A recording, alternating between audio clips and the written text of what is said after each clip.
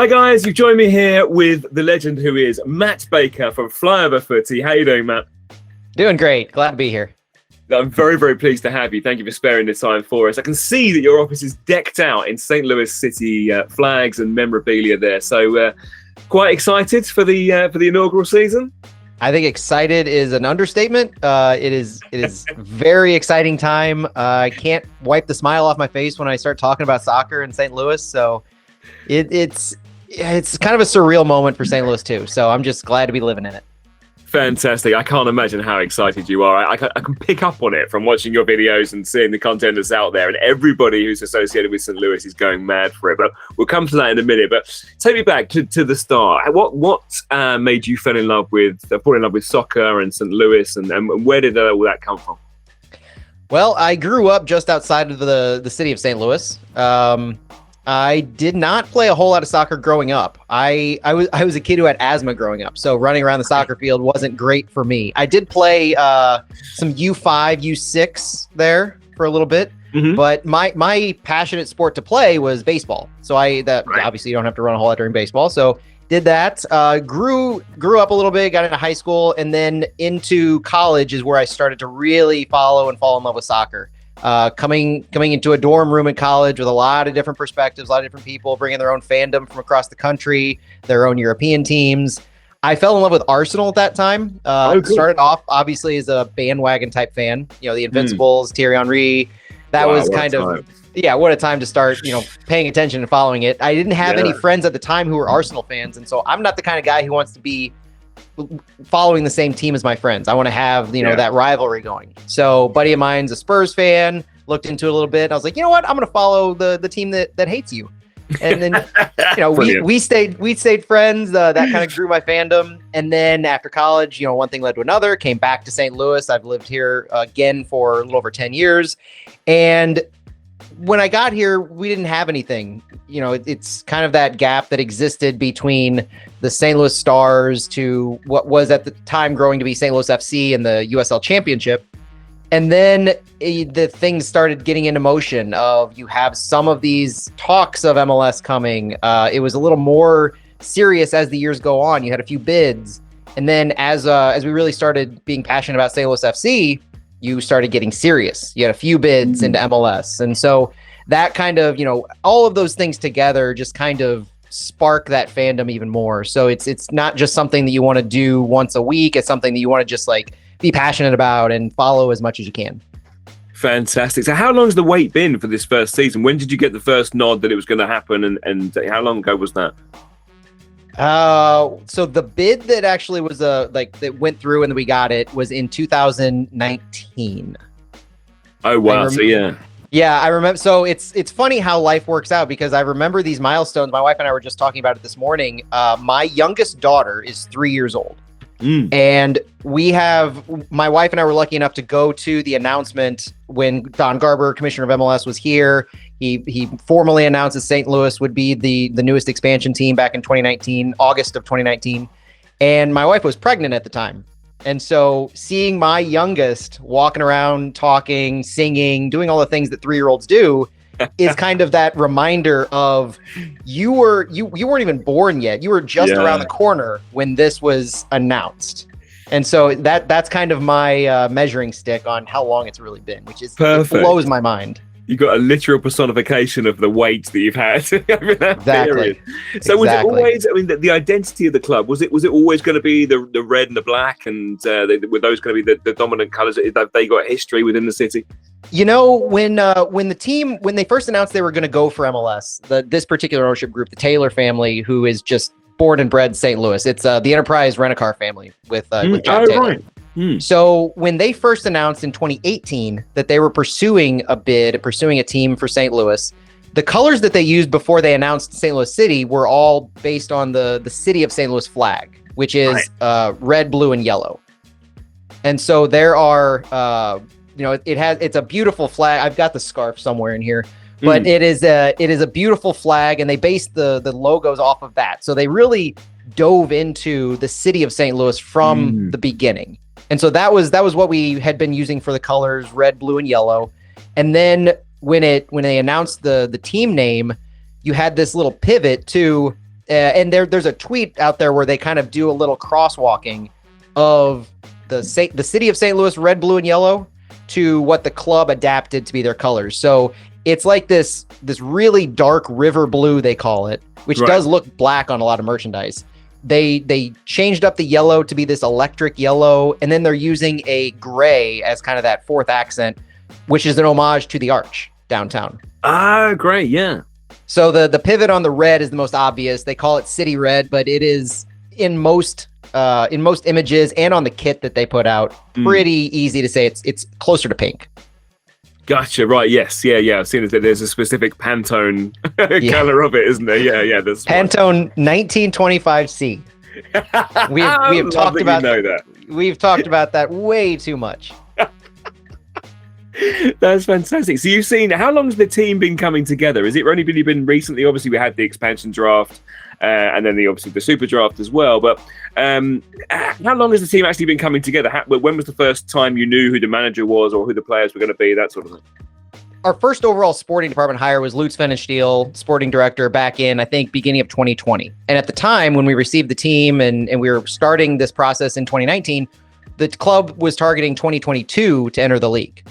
So everything was starting to build with that in mind. So you had Lutz, you had just this kind of a skeleton crew of sporting department hires who were kind of going out, and they were needing to, in that year and a half window, really try to stand up the academy, the 2 team, and the pro team all at the same time. So that was kind of their directive that they were working towards. And what a blessing in disguise, I suppose, is the pandemic in this particular case, because it afforded that extra year to help them build everything out. And it kind of, you wonder what it would have been like, because a lot of the hires that were key, and especially the players, didn't happen until 2021, 2022. Bradley Carnell, the head coach, wasn't hired until January of 2022. Right. After they knew when the pushback of the year, they waited a little bit to hire the head coach. So he came in January 22. And then in the calendar year of 2022, all the players started to be signed. So the first thing that they did was set up the academy. And so they recruited players from the region. That started up in the fall of 21. The spring of 22 is when St. Louis City 2 kicked off in MLS Next Pro. So they signed a slew of players to play for the 2 team, including what in reality is the first player signed to St. Louis City, Josh Yarrow. He was the captain of City 2, and his contract was kind of 2 team into the first team when they start. Fantastic. Yeah, so after that, we started getting international player signings. So as 22 developed, you had kind of a slow trickle of Roman Berkey. Well, let me take it back. So Selmer Pedro was actually the first announced player for St. Louis City. Right. So Bosnian left back Selmer Pedro and they made a big deal about it. And from talking to the club, you could almost see if it was intentional that they targeted Pedro, because St. Louis has a huge Bosnian community, outside of Bosnia. Okay. Yeah, so it's the highest by population Bosnian community in America. Wow. And so it's in our core. It's massive neighborhoods, huge pride in the community. So having Selmer Pedro be like the first player signed and announced overtly for City was really special. And it was one of those things where we always asked, did you plan this or did it just fall into place? And they claimed over and over it fell into place. So Pedro signed. And then you get into the heavy Roman Berkey signing, which was that was the worldwide recognition, I think, that took a lot of people by surprise. You started getting a lot of the Dortmund fans, a lot of the European fans take note at that point, which was really cool to see. Yeah. Because I mean, like a lot of the players that MLS has attracted recently, it's not a retirement move for him. It's a proper career move, Correct. Yeah. His other option at the time was he was being pursued by Bayern Munich, but as a backup. Yeah, so I'm not surprised though. Yeah, he's a top class keeper. Yeah. Right. He would have seen time in some domestic cups, things like that. But he was still at the point of his career. He's only 31, 32 years old. Prime of his career for a goalkeeper that Lutz keeps saying. And so he wants to come to a spot where he's going to play regularly. Lutz afforded him that. Fantastic. So when you look at the team now, obviously this is the team we are going ahead with in, 40-something days' time when the season kicks off. But who are the standouts? Who are the stars for you? Obviously we've covered Berkey, who's a very big name. But who else is in there who you're really excited about? It's funny. I was actually, so today's the third day of training camp for the club, and I was lucky enough to actually go there this morning. So I got back from training camp a couple hours ago. And so it was really cold in St. Louis today. So you're getting guys who go from the state-of-the-art indoor training facility outside for a couple hours and then back in to do some more training. But seeing it today and having guys that I'm looking for, you obviously look for Klaus, our designated player striker, coming from Finland, Austrian top leagues, Belgium top league. I mean, he's the guy at striker that you really want to see. So I think our offense is going to rely on him a whole lot. And then Edward Leuven, our central defensive midfielder, we think of him as probably our box-to-box number 8 midfield powerhouse. But he's the other designated player, and so in MLS, there's an expectation that comes with being a designated player. Yeah. So the roster slots are organized to where you don't get to sign very many high-profile, high-caliber, high-dollar players, and you need to hit on those if you really want to be successful. Yeah. So those two definitely. Our back line is really exciting. The two center backs that we have, Joachim Nilsson and Tim Parker, for vastly different reasons. Wow, right, yeah. Tim Parker, it was a storied name throughout the league, yeah. He's our MLS named guy. Yeah. He's the guy that we have who has all of the wealth of experience, is highly regarded from everywhere he's been, Vancouver, New York, Houston, New York and Houston. And, Parker played for Vancouver, didn't he? Yeah, because he was with Nerwinski for a year. And okay. Yeah. So those two, I think, and Nilsson's still an active Swedish international. So that's really cool to see. Wow. I would say from a development perspective and from who we want to see as rising stars, Tomas Ostrak is top of that list, coming from FC Köln and their U22 side, seeing some time with their first team. He was highly scouted from a lot of European teams, so they wanted to keep him at Köln, but they also there were other Bundesliga teams who were interested. And it's one of those situations, I think, where Lutz was able to offer him, regular playing time, being able to showcase himself for a few years. He is one of the guys who we're really expecting to be a potential first sale. Right. So and Manuel Veth from Transfermarkt kind of backed that up when we talked to him a month or so ago, that there's a lot of eyes on Ostrak for maybe a couple of years, 2 or 3, and then the expectation is he may get sold out, which is nothing but good for the club, getting some money, nothing but good for the player, getting that opportunity, win-win. Yeah, fantastic. Because actually, on that point, actually, there was during the Super Draft, St. Louis sold their first spot, right?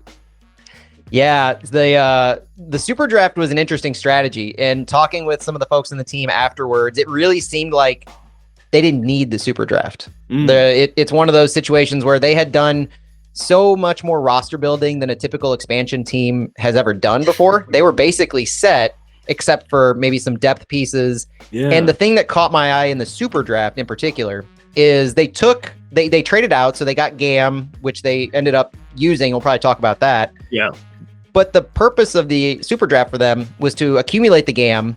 They still got a Generation Adidas player, which is incredibly valuable from a roster building perspective in MLS. Yeah. It's kind of like a free roster slot, great for the player, and it's one of the highly touted players out of college. But we also, when we traded away our our second round pick, though, we used on a local kid, John Klein from St. Louis University. Right. Yes. Yeah. Lots been made of him, actually. I've read a lot about him. And he's kind of, it's an exciting story for a lot of different ways, but it really goes back to the very beginning of Lutz and company coming aboard and seeing that St. Louis has such a rich history of players. But you look across the MLS landscape from Will Bruin to Barlow over in New York, all these players, Jack Mayer in Nashville, all these players are getting developed in the youth system in St. Louis, and then they're going out into the world of MLS. Yeah. Well, that doesn't need to happen anymore. But for the next few years, until the academy gets a few kids up and going, we're kind of still in this gray area where you have some collegiate athletes, you have some club players who St. Louis City doesn't have a claim to them necessarily. They're not able to say, we want to sign you immediately to our team. So what Lutz went out and did in the Super Draft was basically prove his point and put pen to paper that he's going to stop the players from leaving. He's going to close that gap And if he sees a quality player from St. Louis who's available to others, he's going to go grab him. That's fantastic. And that's what he did. Yeah, it's a great story. Someone that the fans can really get behind as well, because he is yours, and he's from yours. That makes such a difference. And you see it in the UK as well. If you've got a hometown player playing for the club, there's just something extra special about that as well, where you can really, they're all like, he's one of us. He's you can really get behind it. That's lovely. Oh yeah, and to that point, we just signed our first homegrown player last week. Yes, Caden Glover. So is he 15? 15 years old. Yeah, and fun fact, I wasn't too up on the youngest players. I knew that the youngest overall homegrown signing in the history of MLS was, I think, what's his name? Maximo, I think, from New York City. Right. He was 14 years old. If you look at the top 10 list of homegrown players in MLS, Caden Glover doesn't even make the list. He's 15 years old and maybe 200 days. And he doesn't make the list of the top 10 youngest homegrown signings. It's absurd. That's crazy. I had no idea they were just nabbing such youngsters. Speaks volumes to where the league is going and what they've been up to with the academy development. Absolutely. Yeah, there's a huge emphasis on youth. And like I say, the Super Draft, obviously, its importance has gone down because of these youth systems and academies that are bringing people through. Yeah. Fantastic. So, going back to the GAM money that you received. Yeah, what happened to that then? What was done with that? I forget the exact dollar amount. It was like $275,000 in GAM this year. And then we still have another $250 coming from Charlotte next year. But we ended up using that just a few days later to make official the Jabulu Blom signing from South African team Kaizer Chiefs. So he is a 23-year-old central defensive midfielder who we have been in desperate need. I say desperate because the season hasn't started. As fans, we've been clamoring because we see a hole in the roster. And we've been just chomping at the bit to sign a new player to fill that position because it's so important in the pressing style that Lutz is going to employ and that Bradley Carnell is going to employ. So waiting and waiting, there weren't too many people in the Super Draft. You don't necessarily want to take a kid that young to fill that important of a role, who's coming from college as opposed to playing pro. What they did is they signed Blom, whose contract was coming up with Chiefs this June, and they signed him to a 2-year deal with 2 option years. And they used the GAM that they had for what I'm assuming will offset a transfer fee. So it was only a transfer fee of 300,000 euros. Not terrible. And I think that Lutz kind of, I don't know if he lucked out or if he perfectly timed this, but Blom's contract was coming up and the suitors were in the South African Premier League team or Premier Division. So there were competitors to the Chiefs that were wanting Blom. And so they could have maybe sold him to one of those. They could have let him go on a free, or they could have taken our offer. And so right time, right place, right person. Absolutely perfect. Yeah, as a Leeds United fan here in the UK, one of our greatest ever players came from Kaizer Chiefs. So I hope you got similar success with yours. But so you kind of know with the you talked about the manager's style there, and kind of know that he's going to play a pressing game. Is that because he's sort of come out and said that, or is that what he's done before? What do you know about how they're going to line up? Yeah, they have not shied away from really telling us the specific style that they're going for. It's counter press. They keep calling themselves vultures, and it's the Gigan Pressing. I mean, they're going to counter press. They're going to swarm when the ball is turned over. It's a lot. It's not a lot of possession. It's not going to be ticky tacky. It's going to be they like to say it's going to be really exciting, and they're good words to say. But what's really interesting about what they've said is that because we had the City 2 team last year in MLS Next Pro, we were able to actually see that in action a little bit. Of course. Yeah, right. Of course. That makes a huge amount of sense. I'd forgotten that. Yeah. And the fact that a lot of our international players, Pedro, Berkey, Klaus, Jensen, Ostrak, all of those guys played for City 2 towards the end of last year. We got to see a little bit of what their involvement and what their style is like in that system. It's a novel opportunity that City had, and I don't think they squandered it because we almost won that league with those players coming in and kind of finishing the job. Fantastic. And it shows that the system's working throughout the club and it will be from top to bottom exactly the same. And it's a great style to watch as well. So it's a treat for the fans. And I think that sort of style, I mean, if you've got an effective press, you can really level up your team. A relatively okay team can be good if they're pressing really, really well. So I think it's a very, very effective one as well. So yeah, it gives you a good shot, doesn't it, in your first season? It definitely does. It feels like it's not a true first season, even though, it is. You're getting all the depth players coming in, but those of us who followed City 2 last year, I mean, it doesn't feel like it's brand new. It just feels like an evolution of what we've been watching for the past year and a half. Fantastic. That's so nice, though, as well, because you've got some identity to it already there, and it's going to evolve into that. Yeah, into that sort of thing. Talking about identity there, actually, I did read that I did a video on mascots. And obviously, said that there was an exception for St. Louis City because they said they wanted to not just put one in place as a sort of gimmick, but actually have something that grew in the history of the club. So give it a few seasons, see what comes out, and if something naturally comes up, then that's what they'll go with. Is that still the aim? I would say so, yeah. Nothing has really taken hold in the fan base. There hasn't been this organic kind of rallying cry, something that the club has put out or that the fans have really in numbers clamored about. We've had there have been little niches here and there, little pockets of fandom have mentioned certain things, raccoons, dogs, like there's different reasons people give for certain things, but nothing's really taken hold, which I'm a big fan of because if you're going to have a nickname, like New York City to me is a hilarious and perfect example. People call them the Pigeons. And it just fits. New York City, full of pigeons. It's what the city is known for. Absolutely. So I dig that kind of a nickname, a moniker. Whether you want to actually bring out a full-on mascot, that I could go either way on that. But I do like the fact that a lot of these teams, the good ones, have organic nicknames, whether it's animals or others. City is not there yet. St. Louis has not gotten there yet. And I'm kind of glad because it doesn't feel forced and it doesn't feel like the team is wanting to force it. So that's good to see. Fantastic. Yeah, that's exactly that right, I think. Yeah, make it organic and make it really mean something. And I think, in the case of New York City, I think the Pigeons is brilliant. It like, as you said, fits them perfectly.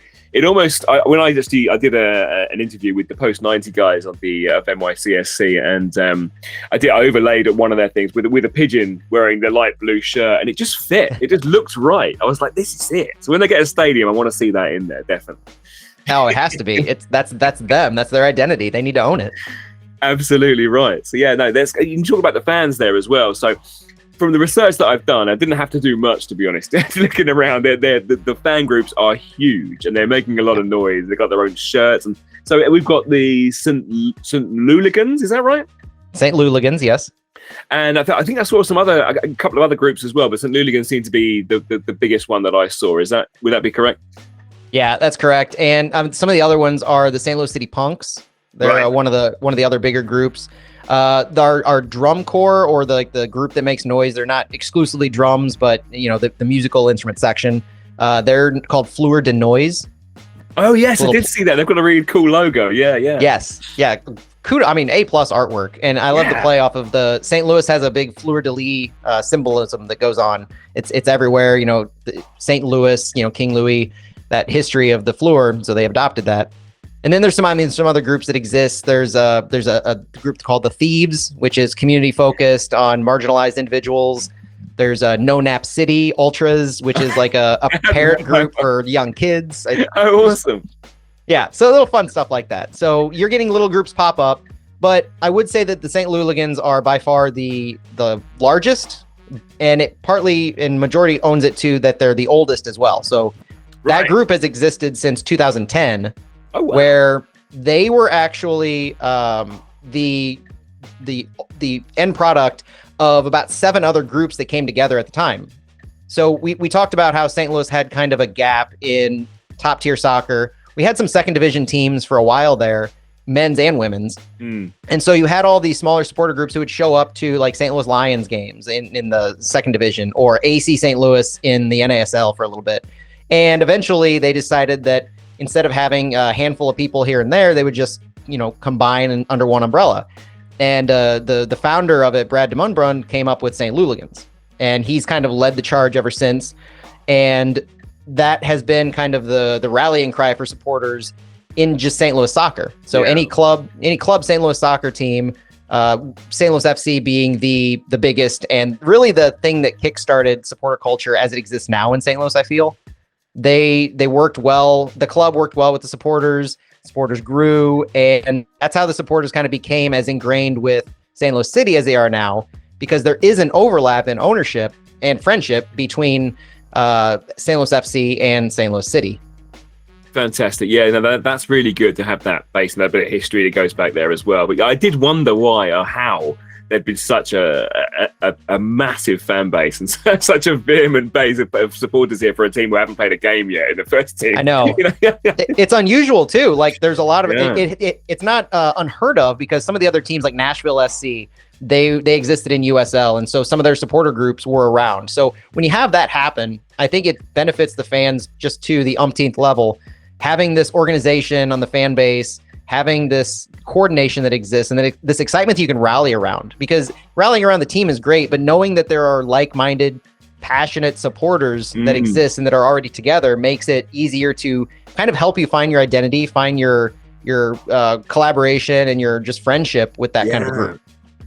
Yeah, fantastic. It feels like it's a really welcoming and accepting home, because you are, like you said, doing work for marginalized groups. It's very multicultural. There's just it seems like such a welcoming community. It's lovely. Yeah, and that's the kind of the moniker for the supporter group is show up, make noise, have fun. But that's at the game. Away from the game and even at the game, there's kind of this ultimate desire that nobody should feel like they're left out. Nobody should feel like they're sitting on the outside looking in. Everyone's welcome.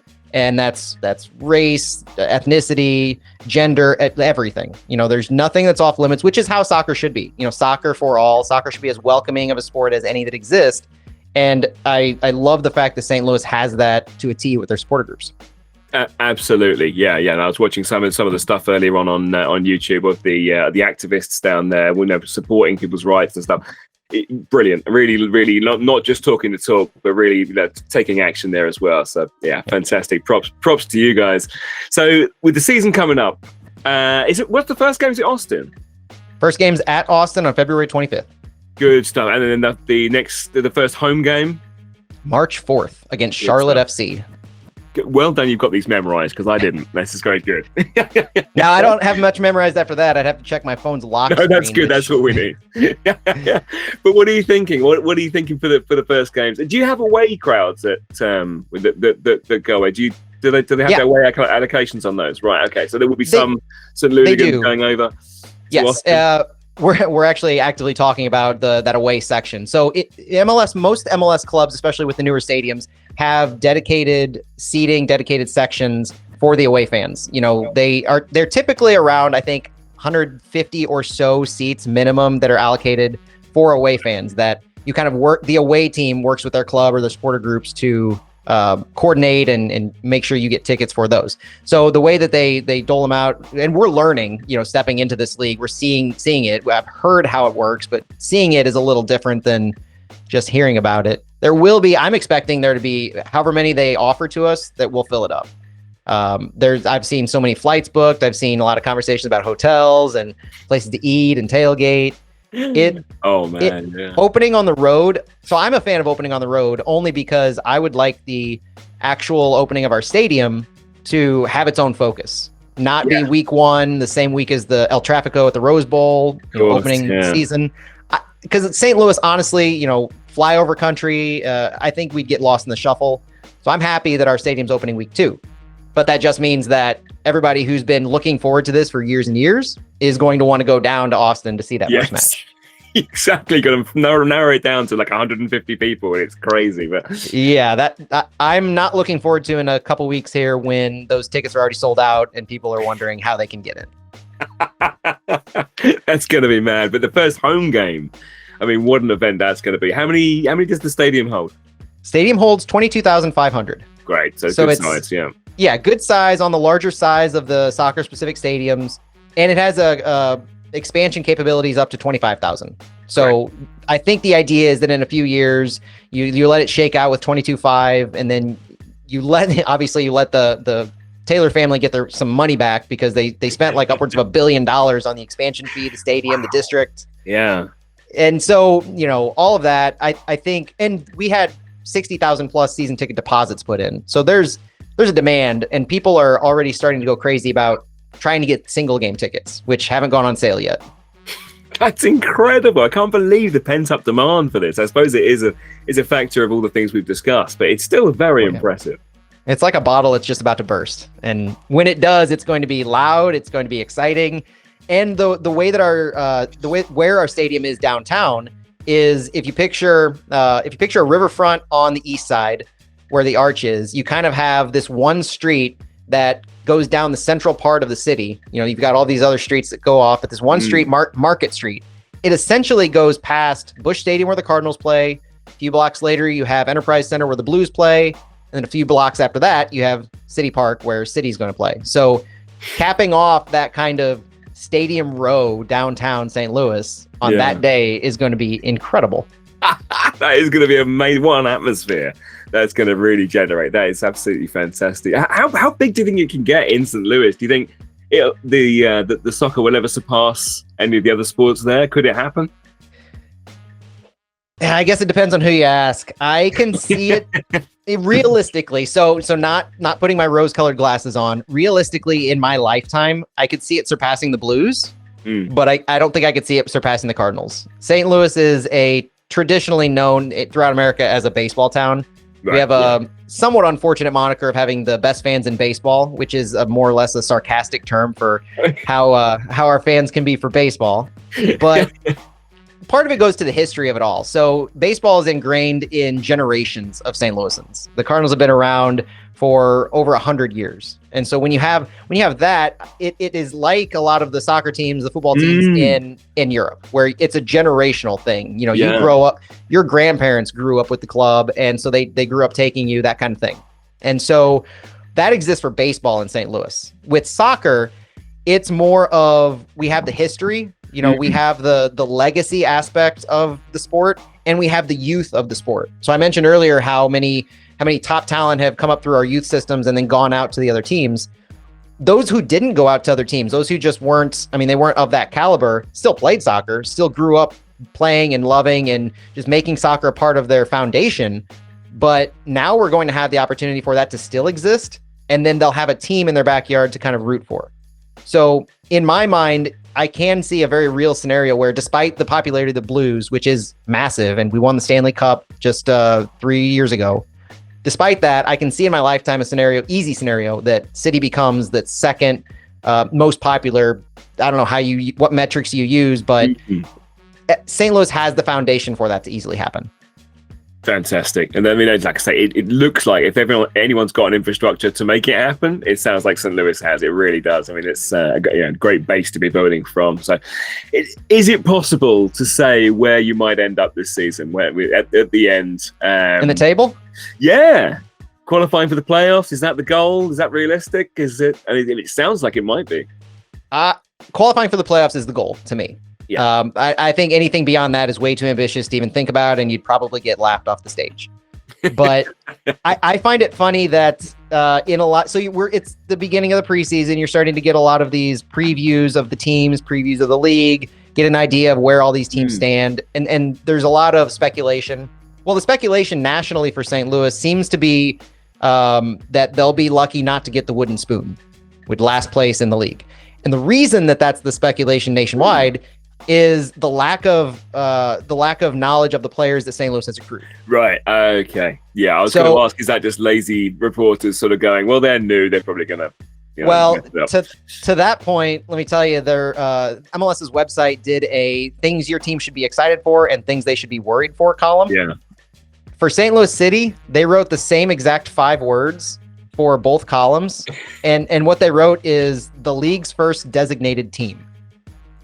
And the reason that they wrote that is from an interview that Lutz gave a few months ago, where he included the phrase that he was asked about signing a third designated player. Yeah. Right now, Klaus and Leuven are designated players, and they're not massively high salary designated players. They're also not globally known designated players. Right. So he was asked about signing designated players, and he said, no, he's not going to sign a third designated player. And he made the comment, he doesn't view a designated player. He views this as a designated team, meaning obviously everybody has the same kinds of responsibilities. He expects the way that we play and then that style to go through every single person to play an equal amount of role. We're not relying on one person to score all of our goals. We're not relying on one person to be the workhorse around the field.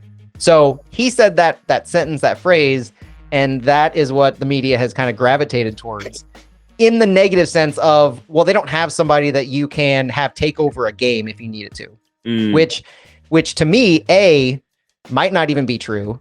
And B, that's kind of his point this entire time. So that might not be true. Yeah. We just don't know enough about how Klaus is going to be in this league, about how Ostrak is going to be in this league. We have Indiana Vasilev, who was from Aston Villa in their system. The brand new, He's been playing for Inter Miami on loan, and he's been doing great with them. So he's going to be another key piece that we don't know how is going to fit into the system. And that's the ultimate struggle with predicting how an expansion team is going to do. You've seen the full spectrum recently in MLS. You've seen FC Cincinnati just completely bite the dust their first few years in MLS, where they were a multi-year wooden spoon winner. But then at the same time, you saw Austin FC, who in their first year, they competed well, and in their second year, they went to the Western Conference Finals. Wow. So there's no kind of playbook about an expansion team has to do this.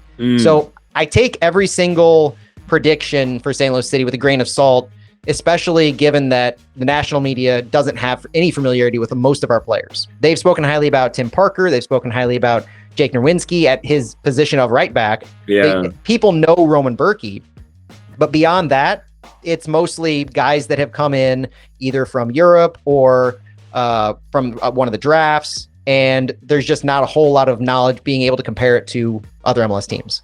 Yeah, and I can see how that's the way it would go. It would go exactly the same over here as well. If you've got a team full of people nobody's heard of, but then a few weeks in, everyone's saying what a brilliant team they are because they've actually seen these players play and they know that they can do it. Right. Yeah, right. It's somewhat lazy in that respect. My last question that I had prepared was it basically exposes my my ignorance of the US geography. But basically, who's the natural rivals that are closest to you? Do you think there will be a sort of geographical rival? Yes. So the rival for St. Louis is going to be Sporting Kansas City. Right. Okay. Good. That one's pretty clear cut to say. And geography in the US is just in some ways so unfortunately different than in Europe because of the distance, the lack of light speed rail, the lack of ability to get from place to place without a multi-hour trip. So Sporting Kansas City is the closest team to us, and they're 4 hours away.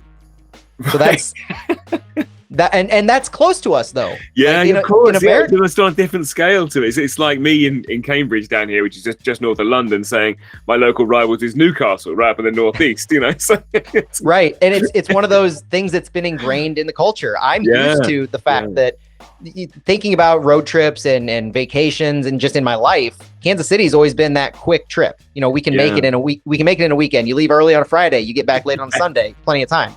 So that's the culture. And so we have Kansas City, we have Chicago at about 5 hours, Nashville at about 4.5.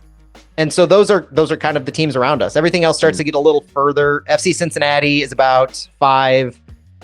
Columbus is about 6, I believe.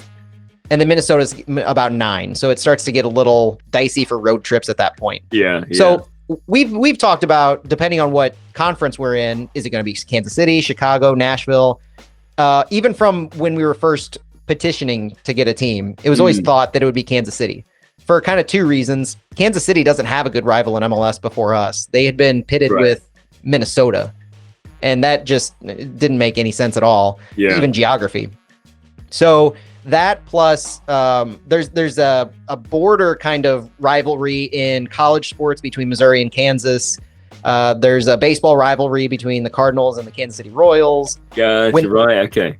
So there's a lot of history. It's not one of the angriest rivalry. Like if we were to pick a city that has a lot of sports related rivalries, I'd probably look at Chicago, where the St. Louis Cardinals and the Chicago Cubs, the Blues and the Blackhawks in hockey. There's a lot more history in sporting rivalries with Chicago.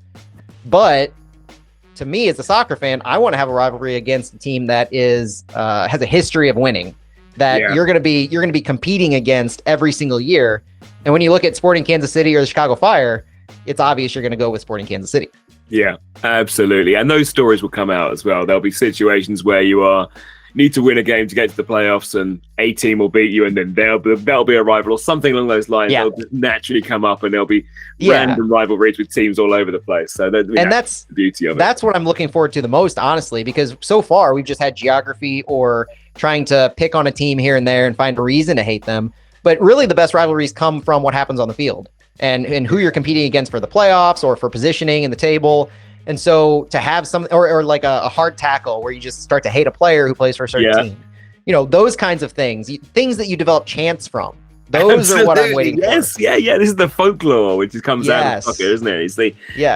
It's so much of a storytelling as well as the entertainment of the actual sport. It's the narrative that comes with it as well, and the storylines that you can make from those.